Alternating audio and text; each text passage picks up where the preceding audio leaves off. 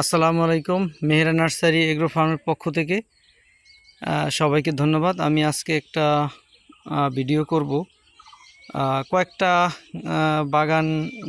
বাগানের আম গাছ দেখাবো আপনাদের। তো আজকে একটি আমের সাথে আপনাদের পরিচয় করিয়ে দেব।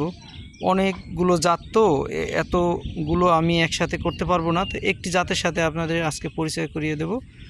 আসুন আপনাদের দেখাচ্ছি। এটার নাম হয়েছে ডগমাই শ্রীমুং। দেখেন গাছ, ছোট্ট একটি গাছ। তো এখানে দেখেন একটি আম ধরে আছে। দেখেন এই আমটি এখনই প্রায় আপনার হাফ হাফ কিলোর উপরে হবে, প্রায় 600-700 গ্রাম। দেখেন, তো এটা আপনি বাণিজ্যিকভাবেও চাষ করতে পারেন, শখের বিষয়েও দু একটি গাছ লাগাতে পারেন। তো